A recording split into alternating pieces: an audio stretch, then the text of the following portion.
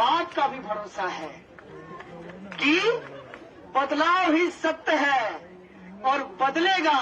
हम बदलाव के पक्ष में खड़े हैं और यह बदलाव होकर पूरा भरोसा है अपने संविधान पर, पूरे तरीके से खड़ा होते हैं अपने संविधान के उन तमाम धाराओं को लेकर जो प्रस्तावना में कहा गया है। समाजवाद, धर्मनिरपेक्षता, समानता, इसके साथ खड़े हुए हैं। सवाल पूछ रहा था, मैं कहना चाहता हूं कि मैं आज भाषण नहीं दूंगा। आज मैं सिर्फ अपना अनुभव आपको बताऊंगा, क्योंकि पहले पढ़ता ज्यादा था, सिस्टम को झेलता कम था। इस बार पढ़ा कम है, झेला ज्यादा है। इसीलिए जो कहूंगा, जेएनयू में लोग ज्यादा रिसर्च करते हैं, प्राइमरी डेटा है भाई साहब, फर्स्ट हैंड इंफॉर्मेशन है। तो पहली बात यह है कि जो प्रक्रिया न्यायालय के अधीन है उसके ऊपर मुझे कुछ नहीं कहना है। सिर्फ एक बात कहा है, और इस देश की तमाम वो जनता जो सच में संविधान से प्रेम करती है, जो बाबा साहब के सपनों को सच करना चाहती है, वो इशारों ही इशारों में समझ गया होगा कि हम क्या कह रहे हैं। जो मामला सब जुडिस है उस पर मुझे कुछ नहीं कहना है। प्रधानमंत्री जी ने ट्वीट किया है, कहा है सत्यमेव जयते। मैं भी कहता हूं प्रधानमंत्री जी, आपसे भारी वैचारिक मतभेद है, लेकिन सत्यमेव जयते चूंकि आपका नहीं, इस देश का है, इस संविधान का है, मैं भी कहता हूं सत्यमेव जयते। और सत्य की जय होगी। और इस लड़ाई में वो तमाम लोग जो शामिल हैं, उनको एक बात बस कहते हुए अपना अनुभव आपसे शेयर करूंगा। बस वो एक बात यह है कि ये मत समझिएगा कि कुछ स्टूडेंट के ऊपर एक पॉलिटिकल टूल की तरह सेडिशन का इस्तेमाल किया गया है। इसको ऐसे समझिएगा कि मैं ये बात अक्सर बोला हूं अपने भाषणों में। हम लोग गांव से आते हैं, मेरे परिवार से भी शायद आप लोग मुखातिब हो चुके हैं। तो हमारे यहां रेलवे स्टेशन पे, जिसको स्टेशन कहा जाता है, वहां पर जादू का खेल होता है। जादूगर दिखाएगा जादू, बेचेगा अंगूठी, मनपसंद अंगूठी, और जिसकी जो इच्छा है वो अंगूठी पूर्ण कर देगी, ऐसा जादूगर कहता है। इस देश के भी कुछ नीति निर्माता हैं, वो कहते हैं काला धन आएगा, हर हर मोदी, महंगाई कम होगी, बहुत हो गई, सही मत सही है, अब की बार ले आइए, सबका साथ सबका विकास। वो सारे जुमले आज लोगों के जहन में हैं। हालांकि हम भारतीय लोग भूलते जल्दी हैं, लेकिन इस बार का तमाशा इतना बड़ा है कि भूल नहीं पा रहे हैं। तो कोशिश ये है कि उन जुमलों को भुला दिया जाए, और ये जुमलेबाज कर रहे हैं। और उसको कैसे भुलाया जाए? तो ऐसा करो, इस देश के तमाम जो रिसर्च फेलो हैं उनका फेलोशिप बंद कर दो। लोग क्या करने लगेंगे? कहेंगे फेलोशिप दे दीजिए, फेलोशिप दे दीजिए। फिर कहेंगे कि अच्छा ठीक है, जो 5,000 और 8,000 देता था वही कंटिन्यू रहेगा। मतलब बढ़ाने का मामला गया। बोलेगा कौन? जेएनयू। तो जब आपको गालियां पड़ रही है, चिंता मत कीजिएगा, जो कमाए हैं वही खा रहे हैं आप लोग। इस देश में जन विरोधी सरकार है, उस जन विरोधी सरकार के खिलाफ बोलेंगे तो उनका साइबर सेल क्या करेगा? वो डॉक्टर्ड वीडियो भेजेगा, वो आपको गालियां भेजेगा और वो गिनेगा कि आपके डस्टबिन में कितना कॉन्डोम है। लेकिन ये बहुत गंभीर समय है, इसीलिए इस गंभीर समय में हम लोगों को गंभीरता से कुछ सोचने की जरूरत है कि जेएनयू पे हमला एक नियोजित हमला है, इस बात को आप समझिए। और ये नियोजित हमला इसलिए है कि आप ऑक्यूपाई यूजीसी मूवमेंट को डिलेजिटिमेट करना चाहते हैं। ये नियोजित हमला इसलिए है कि आप रोहित वेमुला के जस्टिस के लिए जो लड़ाई लड़ी जा रही है, उस लड़ाई को आप खत्म करना चाहते हैं। आप जेएनयू का मुद्दा इसलिए प्राइम टाइम पे चला रहे हैं माननीय एक्स-आरएसएस, क्योंकि आप इस देश के लोगों को भुला देना चाहते हैं कि मौजूदा प्रधानमंत्री ने 15 लाख रुपया उनके अकाउंट में आने की बात कही थी। लेकिन एक बात मैं आपको कह देना चाहता हूं, जेएनयू में एडमिशन पाना आसान नहीं है, तो जेएनयू के लोगों को भुला देना भी आसान नहीं है।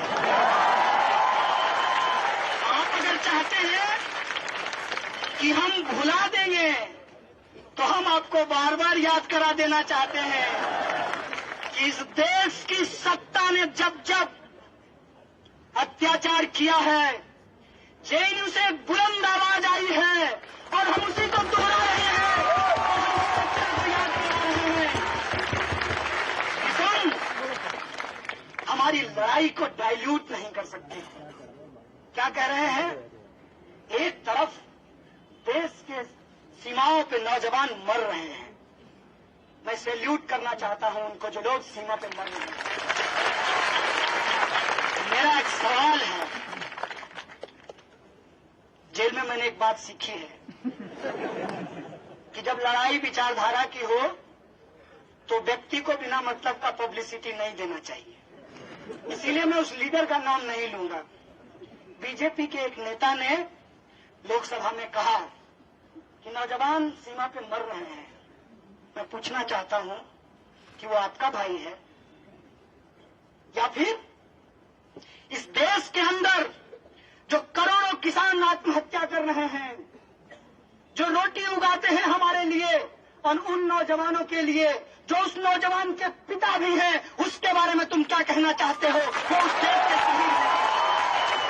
ये सवाल हम पूछना चाहते हैं, ये सवाल पूछना चाहते हैं कि जो किसान खेत में काम करता है, मेरा बाप, मेरा ही भाई फौज में भी जाता है और वही मरता है, और तुम ये बाइनरी बना करके देश के अंदर एक झूठा डिबेट मत खड़ा करो। जो देश के लिए मरते हैं, देश के अंदर भी मरते हैं, देश की सीमा पर भी मरते हैं। हमारा सवाल है कि तुम पार्लियामेंट में खड़ा होकर किसके खिलाफ राजनीति कर रहे हो? वो जो मर रहे हैं उनकी जिम्मेवारी कौन लेगा? लड़ने वाले लोग जिम्मेवार नहीं हैं, लड़ाने वाले लोग जिम्मेवार हैं। और एक कविता की एक पंक्ति मुझे याद आ रही है, शांति नहीं तब तक जब तक सुख भाग न सबका सम होगा। नर का सम है, इसलिए मैंने जेएनयू में जेंडर सेंसिटिव होते हुए सबका कर दिया है। शांति नहीं तब तक जब तक सुख भाग न सबका सम होगा, नहीं किसी को बहुत अधिक और नहीं किसी को कम होगा। इसीलिए युद्ध के लिए जिम्मेवार कौन है?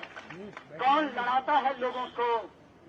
कैसे मर रहे हैं मेरे पिताजी और कैसे मर रहा है मेरा भाई?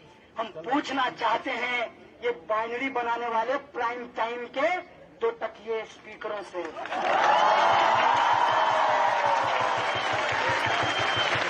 देश के अंदर जो समस्या है, क्या उस समस्या से आजादी मांगना गलत है?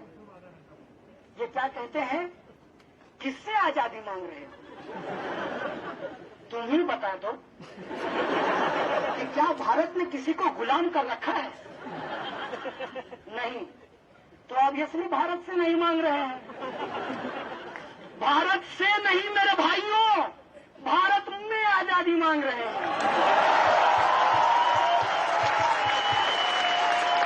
और से और में फर्क होता है। अंग्रेजों से आजादी नहीं मांग रहे हैं, वो आजादी इस देश के लोगों ने लड़ करके लिया है। अब मैं अपने अनुभव पे आता हूं। पुलिस ने हमसे पूछा कि आप लोग लाल सलाम क्या करते हैं? मैं ये आपको कह दूं कि ये इन्वेस्टिगेशन का पार्ट नहीं था। पुलिस हमको कभी खाना खिलाने के लिए, कभी मेडिकल कराने के लिए ले जाती थी, और हम जेएनयू के लोग, उसमें से भी मैं ब्रह्मपुत्रा का, तो मैं बिना बात किए रहता कैसे?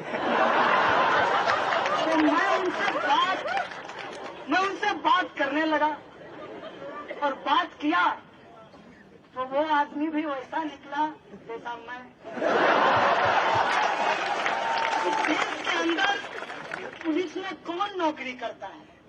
जिसके पिताजी किसान हों, जिसके पिताजी मजदूर हों, जिसके पिताजी कमजोर वर्ग के हों, वही पुलिस की नौकरी करता है। मैं भी इस देश का one of the backward state Bihar से आता हूं। मैं भी एक गरीब परिवार से आता हूं, मैं भी एक किसान परिवार से आता हूं, और पुलिस में भी गरीब परिवार के लोग ही नौकरी करते हैं। मैं कांस्टेबल, हेड कांस्टेबल और इंस्पेक्टर तक की बात कर रहा हूं। आईपीएस साहब से मेरा ज्यादा इंटरेक्शन नहीं है। तो वो जो सिपाही था उससे बातचीत हुई, और जो भी मैं अनुभव कहूंगा वो बस बातचीत का हिस्सा है। उसने पूछा कि लाल सलाम क्या है? हमने कहा लाल मतलब क्रांति, सलाम मतलब क्रांति को सलाम। तो कहा मतलब समझ में नहीं आया। बोले इनकलाब जिंदाबाद। बोला जानते हैं। तो बोले क्रांति को ही उर्दू में इनकलाब कहते हैं। कहा ये स्लोगन तो एबीवीपी भी लगाती है। हम बोले अब समझ में आया कि वो नकली इनकलाबी है, हम असली इनकलाबी।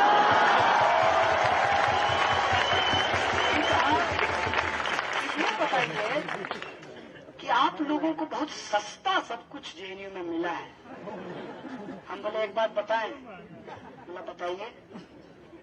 बोले आपके साथ ऐसा क्यों नहीं हुआ कि आपका अभी जो हालत है, क्योंकि वो 18 घंटे ड्यूटी करता था, मैंने देखा उसको, और आपको ओवर टाइम मिलता है? बोला नहीं। तो बोले कहाँ से लेते हैं? बोला यही होता है ना जिसको आप करप्शन कहते हैं। बोले अच्छा। तो जितना भत्ता मिलता है, अब वर्दी के लिए उनको 110 रुपया मिलता है। इतने में तो आप बताइए अंडर गारमेंट्स में आए वर्दी। ये बात वो खुद सिपाही बोल रहा है। हमने कहा इसी से तो आजादी चाहते हैं, भुखमरी से, भ्रष्टाचार से।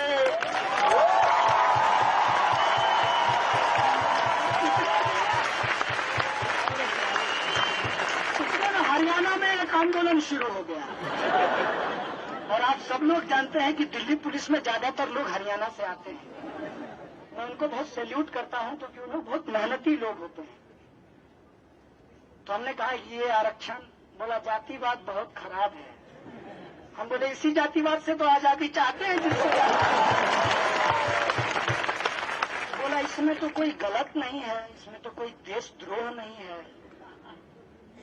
हम बोले आप ये बताइए कि सिस्टम में सबसे ज्यादा पावर किसको है? बोला हमारे डंडे को। हमने कहा बिल्कुल सही बात। क्या आप ये डंडा अपनी इच्छा से चला सकते हैं? बोला नहीं। तो हम बोले सारा पावर किसके पास चला गया? बोला जो फर्जी ट्वीट पे स्टेटमेंट दे रहा है।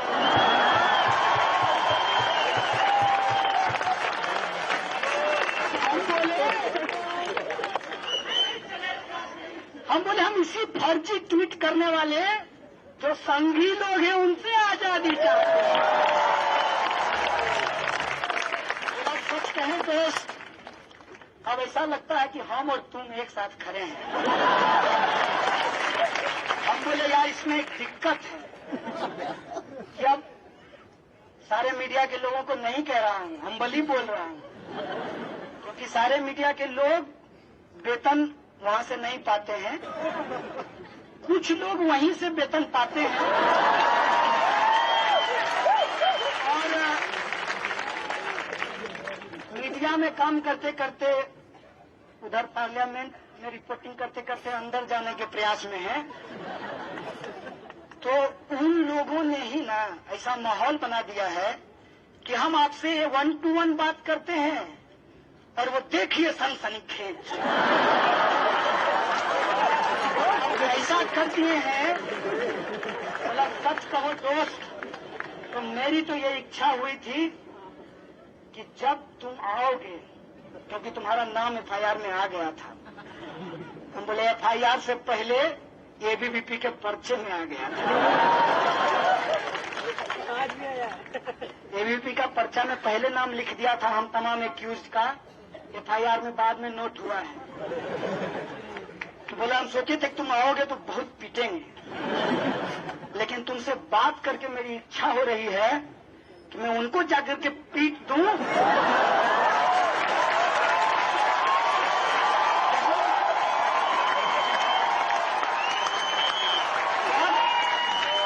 बहुत गंभीर बात कहा है उसने, और मैं इस पे ध्यान दिलाना चाहता हूं मीडिया के माध्यम से पूरे मुल्क के लोगों को। सिपाही ने, जो मेरी तरह एक आम परिवार का लड़का है, जो मेरी तरह पीएचडी वो भी करना चाहता था, लेकिन उसको जेएनयू नहीं मिला, जो मेरी तरह इस देश की व्यवस्था को समझकर लड़ाई को लड़ना चाहता था, साक्षर और शिक्षित का फर्क समझना चाहता था, आज पुलिस की नौकरी कर रहा है। यहां जेएनयू खड़ा होता है, इसीलिए आप जेएनयू के आवाज को दबाना चाहते हैं कि एक कमजोर आदमी पीएचडी ना कर सके, क्योंकि शिक्षा जो बेची जा रही है वहां पे लाखों रुपया देने के लिए उसके पास फीस नहीं होगा, इसलिए वो पीएचडी नहीं करेगा। इसलिए आप जेएनयू आप बंद करना चाहते हैं उन तमाम आवाज को जो यूनाइट हो सकता है, चाहे वो सीमा पे खड़ा हो, चाहे खेत में अपनी जान दे रहा हो, या जेएनयू में आजादी के लिए संघर्ष कर रहा हो, आप उस आवाज को मिलने नहीं देना चाहते हैं। मैं आपको कहना चाहता हूं कि बाबा साहब ने कहा था कि राजनीतिक लोकतंत्र से काम नहीं चलेगा, हम सामाजिक लोकतंत्र स्थापित करेंगे। इसीलिए हम बार बार संविधान की बात करते हैं, और लेनिन ने कहा है democracy is indispensable to socialism. इसीलिए हम डेमोक्रेसी की बात करते हैं, इसीलिए हम फ्रीडम ऑफ एक्सप्रेशन की बात करते हैं, इसीलिए हम इक्वलिटी की बात करते हैं, हम इसीलिए सोशलिज्म की बात करते हैं कि एक चपरासी का बेटा और एक राष्ट्रपति का बेटा एक स्कूल में पढ़ाई कर सके।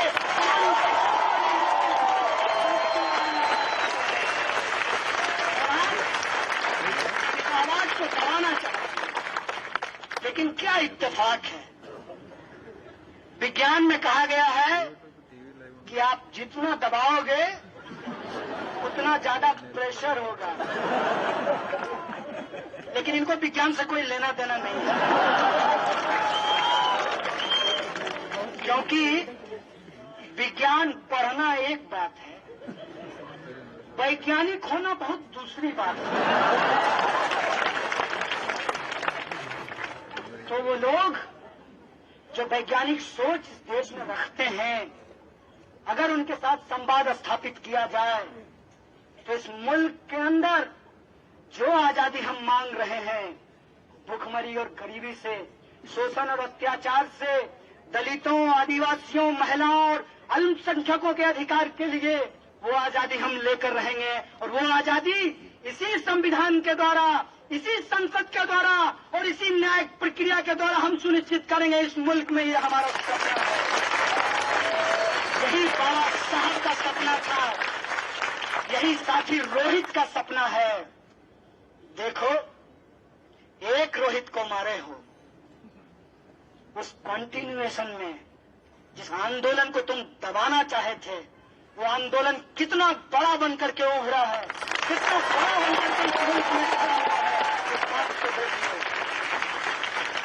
एक बात और है, अपने जेल के अनुभव से कहना चाहता हूं कि हम जेएनयू के लोग, और ये मेरा सेल्फ क्रिटिसिज्म है, अगर आप लोगों को भी अपना सेल्फ क्रिटिसिज्म लगे, इसको मानिएगा जरूर। हम जेएनयू के लोग सभ्य शालीन तरीके से बात तो करते हैं, लेकिन बहुत ही भारी टर्मोलॉजी में बोलते हैं, और ये बात इस देश के आम लोगों को समझ में नहीं आता। उनका दोष नहीं है, वो ईमानदार, नेक, समझदार लोग हैं। आप ही उनके लेवल पे लाकर के चीजों को नहीं रखते हैं, और उनके पास पहुंचता क्या है? उनके पास पहुंचता है, जल्दी फॉरवर्ड करो, मनोकामना पूरा होगा।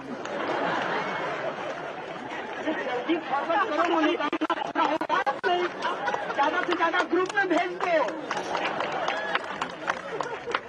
अब नो मोर देखते हैं, OLX पे बेचते हैं।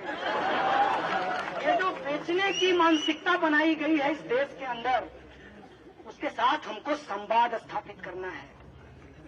और मैं जेल के अनुभव से कहना चाहता हूं कि मुझे जेल में 2 बाउल मिला। एक का कलर कटोरी, एक का कलर ब्लू था और दूसरे का कलर लाल था। तो उस कटोरी को देखकर बार बार ये सोच रहा था कि मुझे डेस्टिनी पे तो कोई भरोसा नहीं है, भगवान को भी नहीं जानते हैं, लेकिन कुछ अच्छा इस देश में होने वाला है कि एक साथ लाल और ब्लू कटोरी है, एक प्लेट, और वो प्लेट मुझे भारत की तरह दिख रहा था, और वो ब्लू कटोरी मुझे अम्बेडकराइट मूवमेंट लग रहा था, और मुझे लगा कि अगर इसकी यूनिटी इस देश के अंदर बना दी गई, सच कहते हैं, अब नो मोर देखते हैं, बेचने वाले को भेजते हैं, बेचने वाला नहीं चाहिए, सबके लिए जो न्याय सुनिश्चित कर सके, हम उसकी सरकार बनाएंगे। सबका साथ, सबका विकास, हम सचमुच साथ स्थापित करेंगे। ये हमारी लड़ाई है। जेल में कड़ा पहरा था,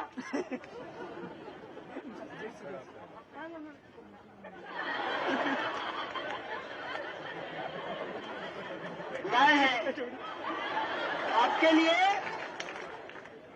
चना लेकर आए हैं।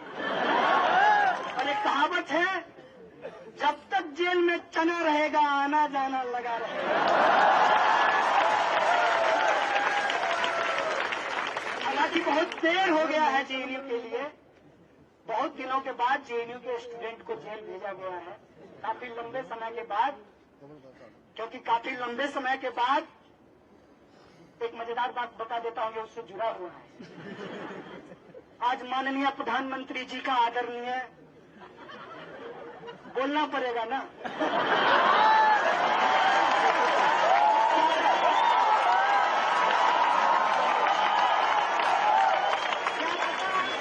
इसको डॉक्टर करके फिर से एक्सपेडिशन लगा दिया जाए। तो माननीय प्रधानमंत्री जी कह रहे थे, स्टालिन और खुर्शेव की बात कर रहे थे। मेरी इच्छा हुई कि मैं टीवी में घुस जाऊं और उनका सूट पकड़कर कहूं, मोदी जी थोड़ी हिटलर की भी बात कर दी।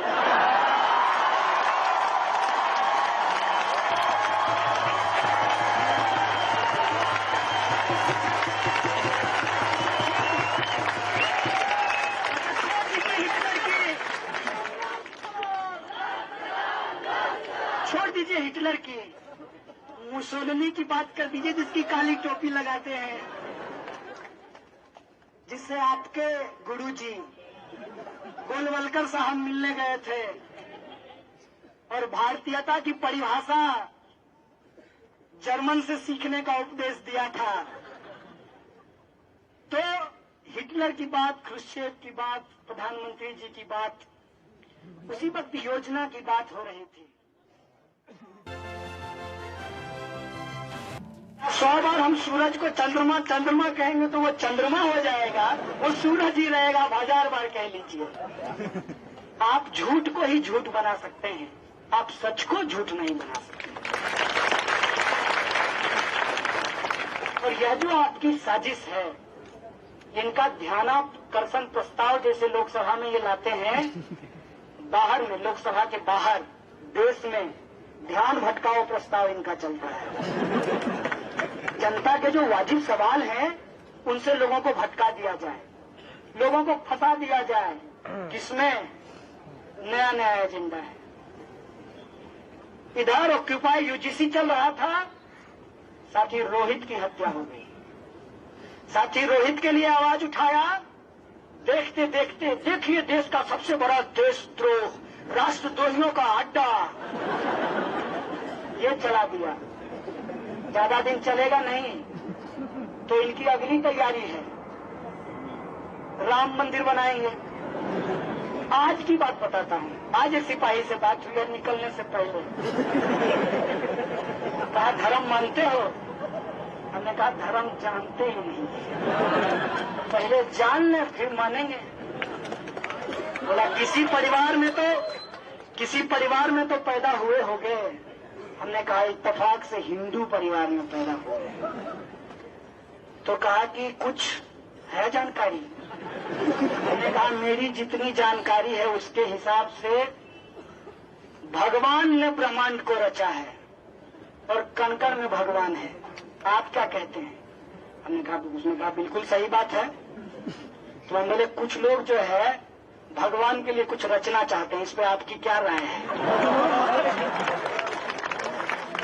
महापूर्वक आइडिया है। काठ की हाड़ी कितना बार चढ़ाओगे भाई? 80 से 180 एक बार बना लिए थे, बेड़ा पार लगा दिए थे, मुख में राम बगल में छुरी। अब की नहीं चलेगा, अब की थोड़ी दूरी बदल गई है, लेकिन इनकी कोशिश है कि चीजों को भटकाया जाए ताकि इस देश के अंदर जो वाजिब सवाल है उस पर विमर्श न खड़ा हो। आज आप यहां खड़े हैं, आप यहां बैठे हुए हैं, आपको लगता है कि आपके ऊपर एक हमला हुआ है। सचमुच ये बड़ा हमला है, लेकिन ये हमला मेरे दोस्त आज नहीं हुआ है। मैं आपको याद दिलाना चाहता हूं कि आरएसएस के मुखपत्र ऑर्गेनाइजर में बकायदा एक कवर स्टोरी किया गया था जेएनयू के ऊपर। स्वामी जी का बयान आया था जेएनयू को लेकर के, और मुझे डेमोक्रेसी में पूरा भरोसा है। अगर एबीवीपी के मेरे दोस्त सुन रहे हैं तो मेरा सादर अनुरोध है उनसे, एक बार स्वामी जी को ले आइए, आमने सामने विमर्श कर लेते हैं। अगर तार्किक तरीके से, कुतर्क से नहीं, अगर तार्किक तरीके से वो साबित कर देंगे कि जेएनयू को 4 महीने के लिए बंद कर देना चाहिए, तो मैं उनकी बात पे सहमत हो जाऊंगा। अगर नहीं तो मैं उनसे आग्रह करूंगा, जैसे पहले देश से बाहर थे फिर चले जाइए देश का कल्याण। इस तरीके से हमला किया जाता है। तो मजेदार बात मैं आपको बताऊं, शायद आप लोग कैंपस के अंदर थे तो उन चीजों को देख नहीं पाए। कितना प्लानिंग था, पूरा प्लान, डे 1 से प्लान था। इतना भी दिमाग नहीं लगाते हैं मेरे दोस्त। तो यहाँ के जो एबीवीपी का दोस्त नहीं है, वो बाहर का एबीवीपी है, कि पोस्टर तक नहीं बदलता है। जो प्रोटेस्ट जिस हैंडबिल के साथ, जिस तख्ती के साथ हिंदू क्रांति सेना करता है, वही प्रोटेस्ट उसी तख्ती के साथ एबीवीपी करता है। वही प्रोटेस्ट, वही कंटेंट उसी डिजाइन के साथ quote and quote ex army man march करते हैं। इसका मतलब है कि सबका प्रोग्राम नागपुर में तय हो रहा है। ये कोई स्पॉन्टेनियस प्रोग्राम नहीं है मेरे दोस्त। मोटी मोटी एक बात है, और वो बात है इस मुल्क के अंदर जो आवाज है संघर्ष की, उसको दबाना। मोटी मोटी बात है कि इस देश के लोगों के सामने जो उसके जीवन के बुनियादी सवाल हैं, उससे जनता के ध्यान को भटकाना। और मोटा मोटा सवाल है कि इस जेएनयू कैंपस के अंदर जो लड़ने वाले लोग हों, चाहे वो अनिर्बाण हो, चाहे वो उमर हो, चाहे आनंद हो, आशुतोष हो, चाहे मैं कन्हैया हो, चाहे आप सब में से कोई हो, उसको देशद्रोही बता करके जेएनयू के आवाज को दबाना, जेएनयू को डिलेजिटिमेट करना, इस संघर्ष को खत्म करना। लेकिन हम उनको कहना चाहते हैं कि इस संघर्ष को तुम दबा नहीं पाओगे। तुम जितना दबाओगे हम उतना खड़ा होंगे, उतना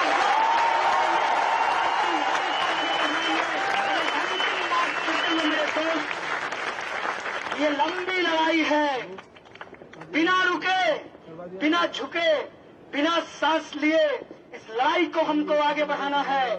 और इस कैंपस के अंदर जो देश को विभाजित करने वाली ताकत हो, चाहे एबीवीपी के लोग हों, चाहे इस कैंपस के बाहर आरएसएस और भाजपा के लोग हों, जो इस देश को बर्बादी के कगार पर लाना चाहते हैं, उनके खिलाफ हम एकजुट होकर खड़ा होंगे। जेएनयू खड़ा होगा, इतिहास बनाएगा, इतिहास बन रहा है। और जो लड़ाई ऑक्यूपाई यूडीसी मूवमेंट के दौरान छेड़ी गई, जो लड़ाई साथी रोहित वेमुला ने छेड़ा है, और जो लड़ाई आप लोगों ने छेड़ा है, इस देश के अंदर अमन पसंद, प्रगति पसंद लोगों ने छेड़ा है, उस लड़ाई को हम लड़ेंगे, जीतेंगे, यही हमारा विश्वास है। और इन्हीं शब्दों के साथ एक बार फिर से आप तमाम लोगों को शुक्रिया अदा करते हुए, वो तमाम लोग इस लड़ाई में शामिल हुए हैं, उसमें आप लोगों को शरीक बने रहिए, इस बात की अपील करते हुए अपनी बात को खत्म करूंगा। शुक्रिया। इंकलाब जिंदाबाद, छात्र एकता जिंदाबाद, सामाजिक न्याय जिंदाबाद। संघर्ष करेंगे, जीतेंगे।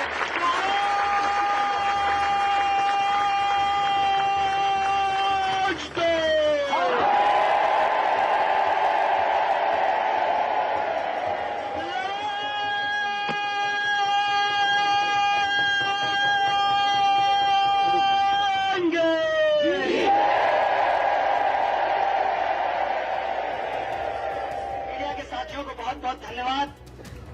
और एक बार तो वो नारा आजादी वाला कॉन्टेक्स्ट के साथ पूरे देश के लोगों के पास जाना जरूरी है, क्योंकि मैं स्पष्ट करना चाहता हूं आपके माध्यम से, और ये आग्रह है कि जेएनयू को जितना आपने समय दिया है, थोड़ा सा समय जरूर दीजिएगा और पूरे देश को बताइएगा कि जेएनयू के छात्र आजादी मांगते हैं, भारत से नहीं, भारत को लूटने वालों से आजादी मांगते हैं। और इस नारे को हम लोग एक बार फिर से लगाएंगे।